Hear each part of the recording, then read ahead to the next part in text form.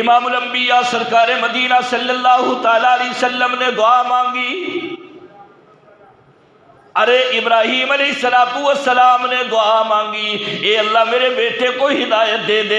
خدا کی قسم نوح علیہ السلام نے بیٹے کی ہدایت کے لیے دعا مانگی، اللہ نے رد فرما دی، کوئی قبول نہیں کی. ارے موسیٰ علیہ السلام نے دعا مانگی، ایک وقت ایسا تھا کہ موسیٰ کلیم اللہ کی دعا کو بھی رد کر دیا گیا. ابراہیم علیہ السلام نے دعا مانگی، اے اللہ میری قوم کو ہدایت دے دے، میرے باپ کو ایمان کی دولت سے نواز دے. ابراہیم علیہ السلام کی دعا بھی قبول نہیں ہوئے. باپ آزر یوں ہی کفر پہ چلا گیا، ارے کفر پہ مر گیا. لیکن میرے محبوب نے ایک دعا مانگی، اللہ کے نبی نے دعا فرمائی، اللہم اعز الاسلام بعمر بن الخطاب او عمر بن حشام. اے میرے پروردگار، آج اسلام کی لوگ عزت نہیں کر رہے، کم از کم ایسا شخص میں نے مانگا جس کی وجہ سے اسلام کو عزت ملے گی. اے اللہ اسلام کے لیے عمر کو اسلام عطا فرما دے، اسلام کی عزت کے لیے عمر کو ایمان کی دولت سے نواز دے. ارے رات گزری، صبح ہوئی، حضرت عمر فاروق رضی اللہ تعالیٰ عنہ گھر سے نکلے نبوت کو ختم کرنے کے لیے، کلمے کو ختم کرنے کے لیے، اسلام قرآن کو ختم کرنے کے لیے. لیکن اللہ نے دل بدل دیا. جب نبوت کے قدموں میں آئے تو غلامی کا طوق ہمیشہ کے لیے پہن لیا.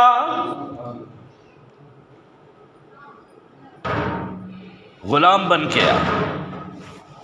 کافر مسلمان گھبرا رہے تھے کہ عمر آ رہا ہے، خیر نہیں. بس صحابہ نے اللہ کے نبی کو جا کے بتایا عمر آ رہا ہے، ہاتھ میں تلوار ہے. میرے محبوب نے فرمایا آنے دو آنے دو، خود نہیں آ رہا. آج اللہ نے اسلام کی عزت کے لیے انہیں بھیجا ہے. ہدایت کس کے ہاتھ میں؟ جا قتل کرنے کے لیے رہا ہے، ہدایت مل رہی. امام الانبیاء سرکار مدینہ صلی اللہ تعالی علیہ وسلم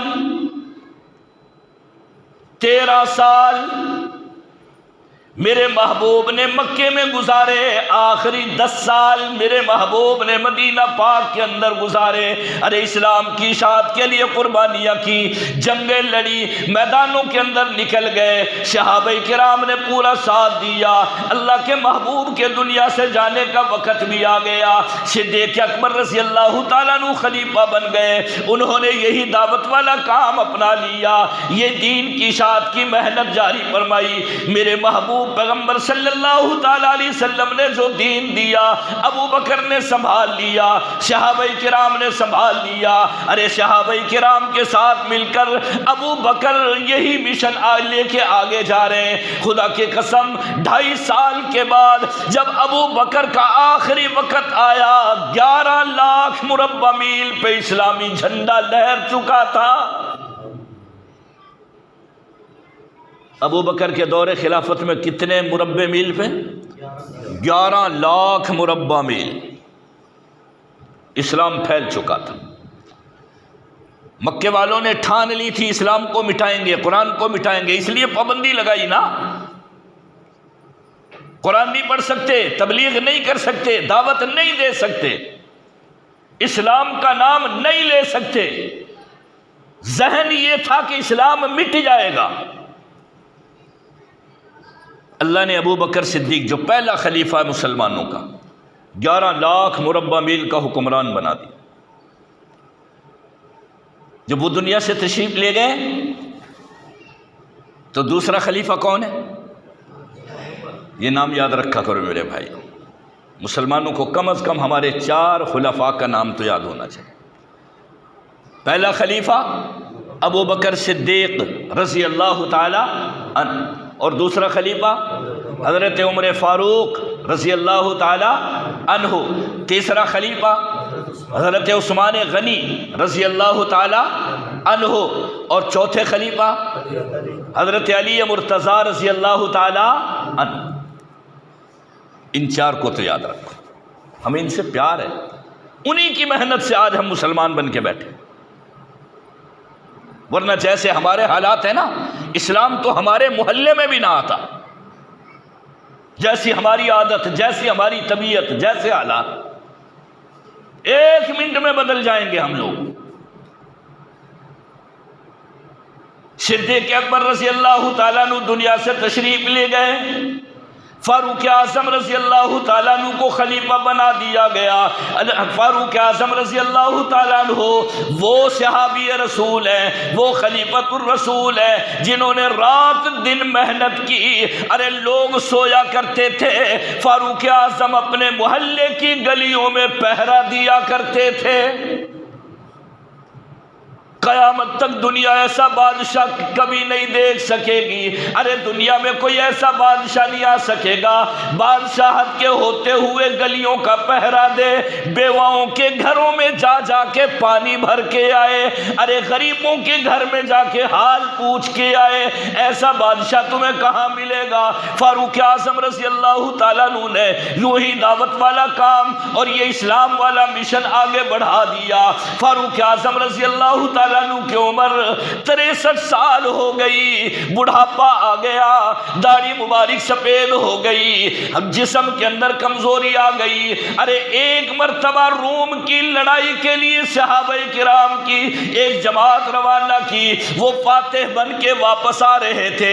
فاروق اعظم رضی اللہ تعالیٰ عنہ مدینے پاک سے باہر نکل گئے۔ ارے یوں کھیتوں کے اندر، جنگل کے اندر، پہاڑی علاقے کے اندر ایک پتھر پکڑا، یوں سرہانہ بنا کے لیٹ گئے۔ فاروق اعظم رضی اللہ تعالیٰ عنہ پتھر کا سرہانہ لگا کے لیٹے ہوئے ہیں، حالانکہ حکمران ہیں، وقت کے بادشاہ ہیں، معمولی بادشاہ کوئی نہیں، خدا کی قسم 22 لاکھ مربع میل کا حکمران ہے۔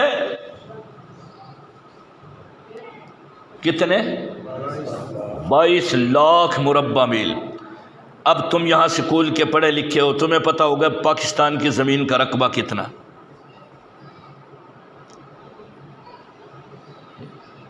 پڑھ کے بھول گئے ہوں گے۔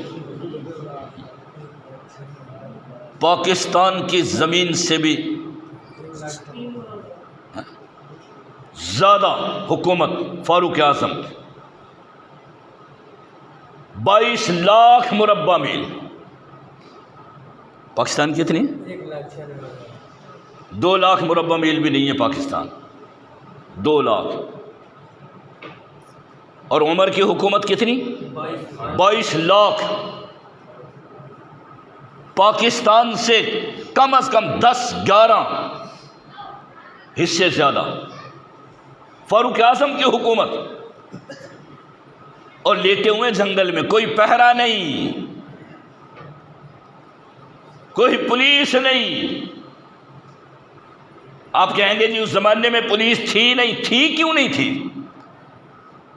پولیس کو بنایا ہی فاروق اعظم نے، فوج کو ترتیب دیا تو فاروق اعظم نے، عدالت قائم کی تو فاروق اعظم نے، صوبے بنائے تو فاروق اعظم نے۔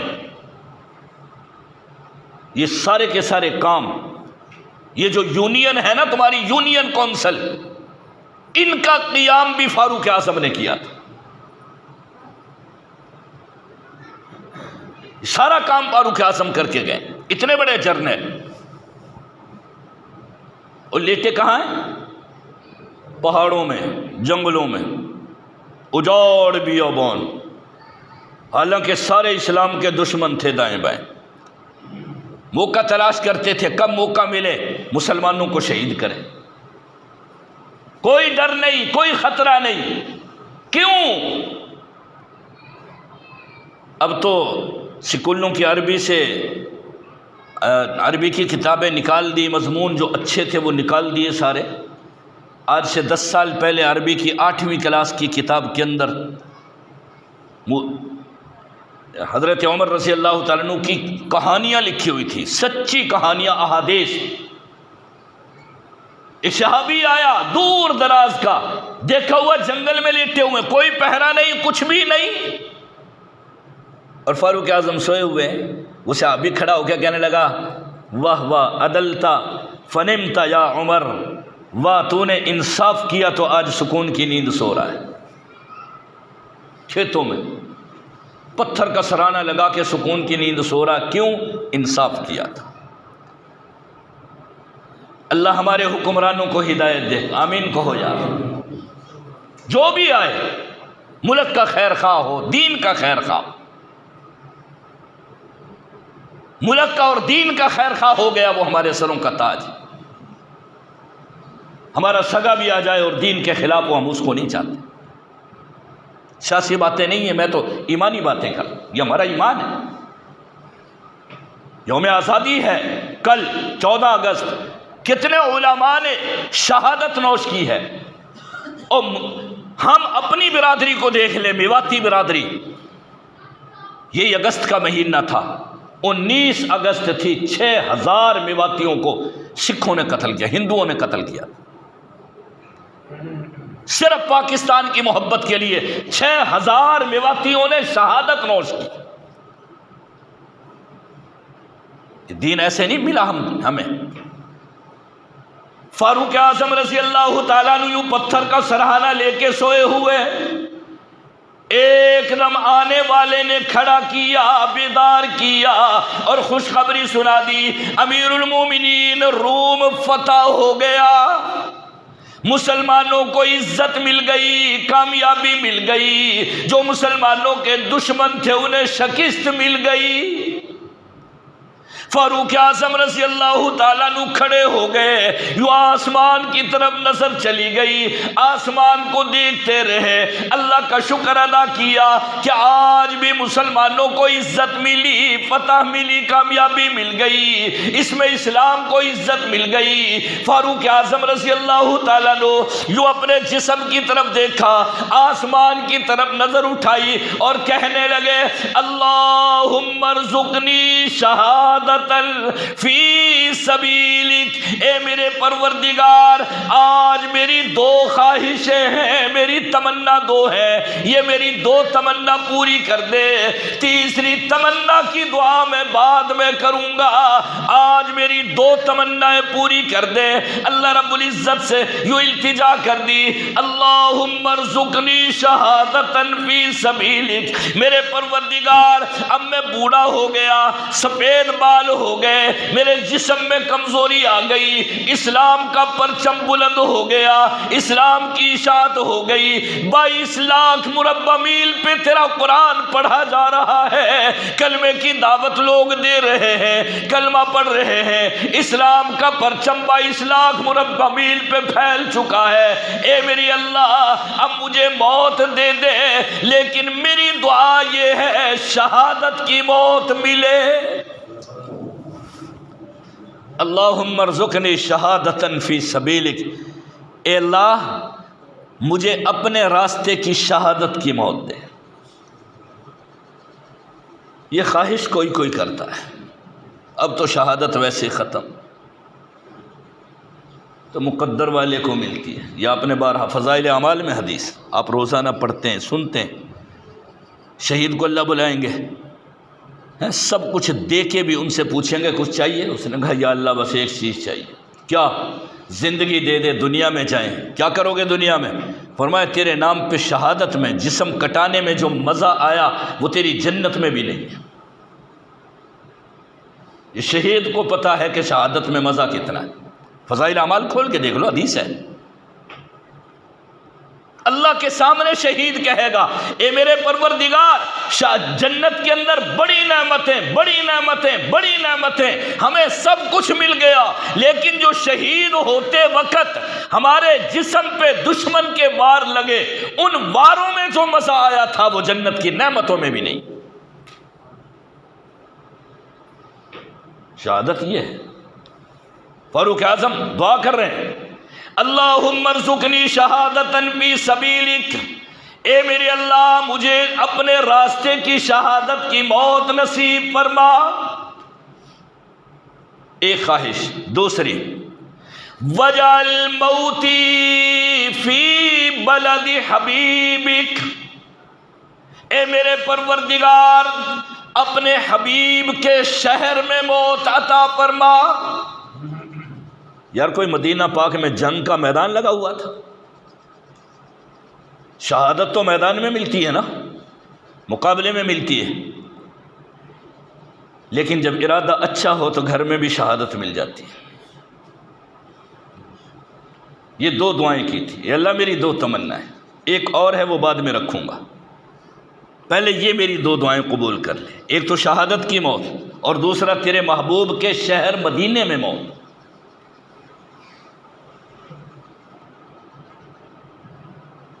یہ جو مہینہ گزرا ہے ذی الحجہ، 26 ذی الحجہ، آج سے 5-6 دن پہلے مدینہ پاک میں مسجد نبوی میں فاروق اعظم رضی اللہ تعالیٰ عنہ مصلی پہ نماز پڑھا رہے ہیں فجر کی۔ 2 دن پہلے یا کچھ دن پہلے مغیرہ بن شعبہ رضی اللہ تعالیٰ عنہ کا ایک غلام آیا، ابو لولو مجوسی، فاروق اعظم کی مجلس میں بیٹھا ہوا۔ فاروق اعظم نے پوچھا کیا کرتا ہے؟ اس نے کہا جی میں بہت بڑا انجینئر ہوں، بڑے بڑے کام کرتا ہوں، میں ہر چیز بناتا ہوں، بڑا ماہر ہوں میں بنانے میں۔ فاروق اعظم نے کہا چل ایسا کر میرے لیے کوئی اچھی سی چکی بنا دے، آٹا پیسنے والی۔ یہ ابو لولو پتہ کیا کہہ رہا ہے؟ کہنے لگا واہ فاروق، ایسی چکی بناؤں گا جس کی شہرت پوری دنیا میں ہوگی، دھوم مچ جائے گی۔ اتنا کہہ کے چلا گیا۔ جب یہ چلا گیا تو فاروق اعظم نے لوگوں سے کہا، صحابہ کرام سے کہا تمہیں پتہ ہے یہ کیا کہہ کے گیا تھا؟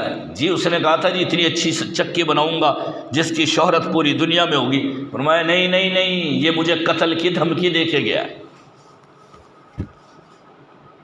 صحابہ کرام اٹھے، تلواریں سنبھالی، امیر المومنین اجازت دو، پکڑ کے گردن اڑا دے، قتل کر دے۔ فرمایا نہیں نہیں، جب تک کوئی جرم کرے گا نہیں سزا کا مستحق بھی نہیں، جب تک کسی کا جرم ثابت نہیں ہوگا سزا۔ ہم تو ویسے ہی کسی کی سنی سنائی بات پہ اچھل پڑتے ہیں، تصدیق کی نہیں، بس شور مچ گیا، یہ ایسا ہے یہ ایسا ہے یہ ایسا ہے۔ او خدا کے بندے کوئی تصدیق کر لو، کیوں اپنی آگ کو نکال رہے ہو؟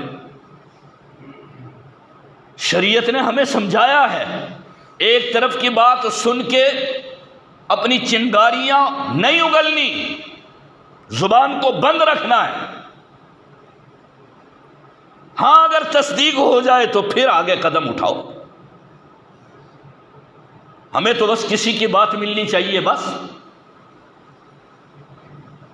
فاروق اعظم رضی اللہ تعالیٰ عنہ نے فرمایا نہیں نہیں، قتل کیا نہیں، جرم کیا نہیں، جب تک جرم نہ کرے اس وقت تک سزا کا مستحق بھی نہیں۔ فاروق اعظم رضی اللہ تعالیٰ عنہ مصلی پہ آئے، فجر کی نماز پڑھانے کے لیے آئے۔ ارے یہی ابو مجوسی، یہی ابو لولو مجوسی یہ خنجر بنوا کے لایا، 3 دن تک زہر میں ڈبو کے رکھا، اور ارادہ یہی ہے اس خنجر سے فاروق اعظم کو شہید کروں گا، انہیں قتل کروں گا۔ جب 3 دن ہو گئے، موقع مل گیا، ارے یوں یہ ڈب میں چھپا کر خنجر لے آیا، مسجد نبوی کے اندر آ گیا، اگلی صف کے اندر کھڑا ہو گیا۔ فاروق اعظم رضی اللہ تعالیٰ عنہ مسجد نبوی میں مدینہ پاک کے اندر یوں نماز پڑھانے کے لیے مصلی پہ تشریف لے آئے۔ فجر کی نماز تھی، تکبیر ہو گئی، ارے یوں تکبیر تحریمہ ہو گئی، ارے نماز شروع ہو گئی۔ اس بے ایمان نے موقع تلاش کر لیا، جب دیکھا تمام مسلمانوں نے نیت باندھ لی، سب نے یوں نیت باندھ لی، اور انہیں اتنا بھی یقین تھا مسلمان جب نیت باندھ لیتا ہے کبھی نیت توڑتا نہیں، سلام تک قائم رہتا ہے۔ اب پتہ چل گیا میں بھاگ جاؤں گا، اب میں پکڑا بھی نہیں جاؤں گا۔ یوں خنجر نکالا، فاروق اعظم رضی اللہ تعالیٰ عنہ کی کمر میں دے مارا، اتنا تیزی سے مارا کہ کمر سے خنجر پیٹ کے ذریعے باہر آ گیا۔ پیچھے سے مارا، آگے نکل گیا، اور جلدی سے 2-3 وار کر کے بھاگنے لگا۔ صحابہ کرام نے صفیں بنائی ہوئی تھی، اتنی مضبوط صفیں تھی کہ اس کو نکلنے کا موقع نہ ملا۔ پھر اس نے 7 صحابہ کو زخمی کیا اسی خنجر سے، لیکن صحابہ کرام کی صفوں میں ذرہ برابر نرمی نہیں آئی، نکل کے تو دکھائے اور نماز بھی نہیں توڑی۔ جب اس نے دیکھا نا اب سلام پھرنے کے قریب ہے، اور مجھے نکلنے کا موقع نہیں مل رہا، وہی زہر والا خنجر اپنے سینے میں مارا مر گیا، وہی مر گیا۔ صحابہ کرام نے فاروق اعظم کو اٹھا دیا، گھر لے کے گئے۔ 26 ذی الحجہ کو یہ واقعہ پیش آیا۔ 27 تاریخ کو فاروق اعظم ہوش میں ہو گئے، طبیعت سنبھل گئی۔ 28 تاریخ کو پھر طبیعت خراب ہو گئی، زخموں سے خون بہنے لگ گیا۔ جلدی سے شربت لے کے آئے، دوا لے کے آئے، یہ لو جی امیر المومنین شربت پی لو، دوا پی لو۔ فاروق اعظم رضی اللہ تعالیٰ عنہ نے دوا یوں منہ میں ڈالی آنکھوں کے ذریعے، اور اس زخم کے ذریعے وہ دوا ساری باہر نکل آئی، شربت باہر آ گیا۔ فاروق اعظم رضی اللہ تعالیٰ عنہ یوں بے ہوش ہو گئے۔ جیسے ہوش میں آئے، قریب حضرت علی رضی اللہ تعالیٰ عنہ تشریف فرما تھے۔ پوچھ لیا، او علی ذرا مجھے یہ تو بتلا میرے اوپر حملہ کرنے والا کون تھا؟ بتلا دیا گیا، مغیرہ بن شعبہ کا ایک مجوسی تھا، ابو لولو تھا، یہودیوں سے اس کا تعلق تھا۔ فاروق اعظم نے یوں شکرانے کے طور پر نظریں آسمان کی طرف اٹھائی، ہاتھ اٹھا دیے، اے میرے اللہ تیرا شکر ہے کہ میرے جسم پہ کسی مسلمان کا ہاتھ نہیں لگا، یعنی میرے قتل میں کسی مسلمان کا ہاتھ نہیں۔ اور فرمایا کہ اب دوا کی ضرورت نہیں، اب بولو یار دعا کی ضرورت، اب میرے لیے دعا کرو، اب دوا کام نہیں کرے۔ یہ 1 محرم تھی جس دن یہ شہید ہوئے، کل جو گزرا دن۔ اپنے بڑے بیٹے کو بلایا، تیسری خواہش اور بتاؤں بات ختم کر دوں۔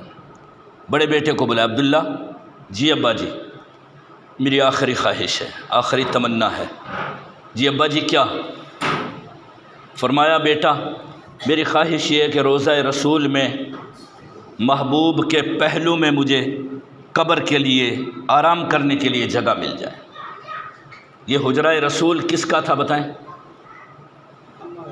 اماں عائشہ صدیقہ رضی اللہ تعالیٰ عنہ، نبی کی بیوی کا، صدیق اکبر کی بیٹی کا یہ حجرہ تھا، جس میں صرف 3 قبروں کی جگہ تھی۔ بعض روایات میں آتا ہے 4تھی قبر کی جگہ بھی ہے، لیکن اللہ تعالیٰ نے اپنے محبوب کو بتا دیا تھا کہ اس 4تھی جگہ میں کس کی قبر بنے گی؟ عیسیٰ علیہ السلام کی۔ کس کی؟ عیسیٰ علیہ السلام کی، قرب قیامت میں جب وہ تشریف لائیں گے۔ پھر بعض حضرات نے لکھا ہے صرف 3 قبروں کی جگہ ہے۔ بہرحال 4تھی اگر ہے بھی تو وہ تو ایک متعین ہو چکی عیسیٰ علیہ السلام کی۔ 3 قبروں کی جگہ 2 پر ہو گئی، اللہ کے نبی بھی دنیا سے تشریف لے گئے، ان کا مزار شریف بھی بن گیا، ان کی قبر مبارک بھی بن گئی۔ دوسری ہستی بھی دنیا سے چلی گئی، ابو بکر صدیق رضی اللہ، ان کی قبر مبارک بھی نبی کے پہلو میں بن گئی۔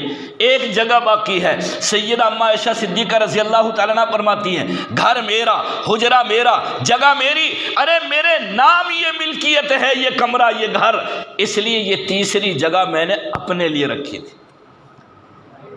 لیکن فاروق اعظم نے کیا کہا؟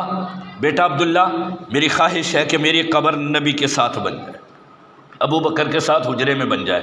جاؤ جا کے اماں سے پوچھ لو، اگر اماں اجازت دے دے تو میری قبر یہاں بنا دینا، اگر اجازت نہ ملے تو مجھے جنت البقیع میں دفن کر دیتا۔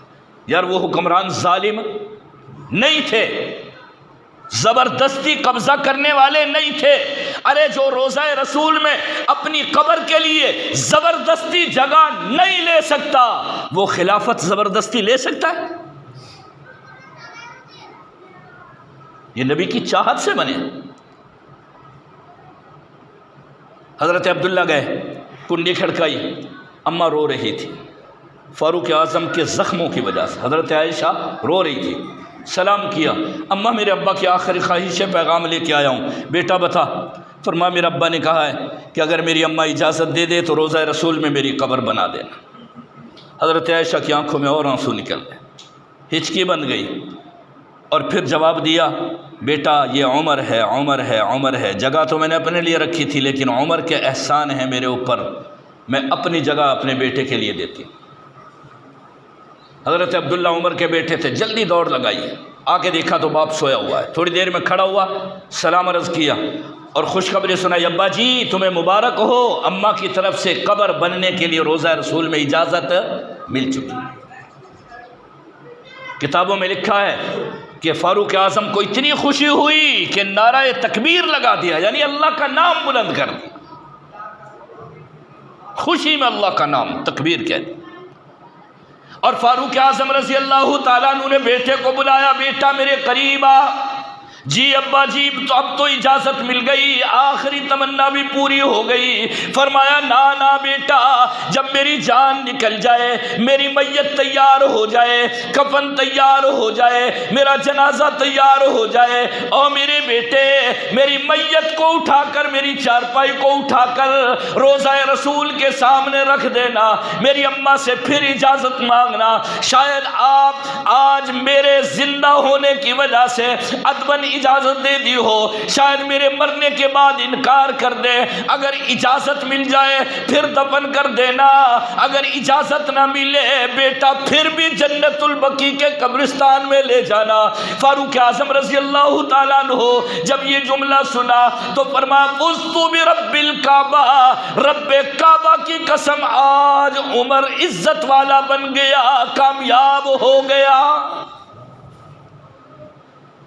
جان نکل گئی، جنازہ تیار ہو گیا، چارپائی کو اٹھایا، روضہ رسول کے سامنے لا کے رکھ دیا، اجازت مانگی، خدا کی قسم روضہ رسول سے آواز آئی، میرے محبوب کی قبر مبارک سے آواز آئی، بلغ الحبیب الی الحبیب، لوگو دوست کو دوست سے ملا دو لا کے، یعنی اللہ کے نبی نے خود اجازت دے دی کہ میرے دوست کو، میرے پیارے کو لا کے یہاں سلا دو، پھر اجازت ملی۔ یہ سب سے بڑی کامیابی میرے عزیزوں نوجوانوں۔ اصل ہمیں زندگی کیوں ملی ہے؟ اس زندگی کو کامیابی بنانے کے لیے۔ دنیا جیسی بھی گزر جائے، اگر آخری وقت میں ایمان محفوظ رہا، اللہ اور اللہ کے رسول راضی رہے، تو سمجھ لو عزت ہی عزت ہے، کامیابی کامیابی ہے۔ ساری زندگی عبادت گار بن کے گزارو، عبادت گزار بن کے زندگی گزارو، اگر آخری وقت میں کسی وجہ سے بھی ایمان چھن گیا تو ساری عبادت بیکار ہے۔ اس لیے کوشش کیا کرو اپنی زبانوں کی حفاظت، اپنے کانوں کی حفاظت، اپنی نظروں کی حفاظت۔ زبان سے کسی کو گالی گلوچ دینا، کسی کی توہین کرنا، بے عزتی کرنا، سمجھ لو کہ ہمارے اعمال کی غارت کرنے کی یہ وجوہات ہیں جن کی وجہ سے انسان کے اعمال برباد ہو سکتے ہیں۔ زندگی اللہ تعالیٰ مجھے بھی آپ کو بھی عزت والی نصیب فرمائے، موت آئے تو اللہ تعالیٰ ایمان پہ خاتمہ نصیب فرمائے۔ وآخر دعوانا ان الحمدللہ۔